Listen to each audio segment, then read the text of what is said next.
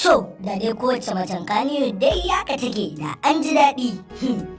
Ku dai ku biyo mu domin ganin wannan cikakken shiri. Mun gode, ku danna mana subscribe kana ku danna alamar ƙararrawa. Hausa Medium, tasha al'umma.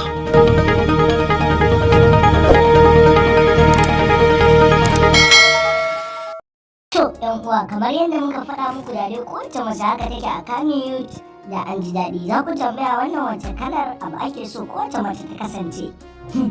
Ba za ku ji daga bakin mu ba sai dai ku gani a zahirance.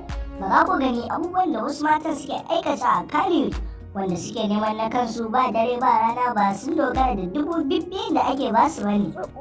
To ina nawa zoban? Ina nawa zoban? Dan Allah ki da ci ba zoban. Wallahi yanzu ma in gaya maka yan sari sun yi layi a waje suna jira na. Daga mai asar 1,000 kika ga wani 2,000 har 4,000 akwai wanda suke zuwa su sara. In gaya maka ka san ba ruwanka da sai kankara ya riga da ya kankara kawai da ka siya ka sayar. Zan zo in karɓi nawa. Ba damuwa ai akwai mai kauri in gaya maka wallahi. Nawa?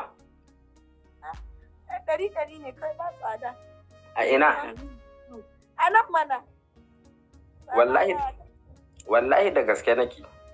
I'm serious. To, kun dai ji.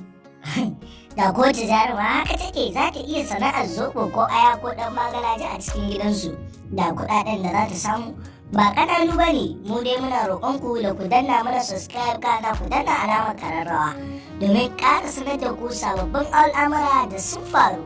Mun gode. Allah Ubangiji ya ƙara bar mu tare da ku masoyanmu.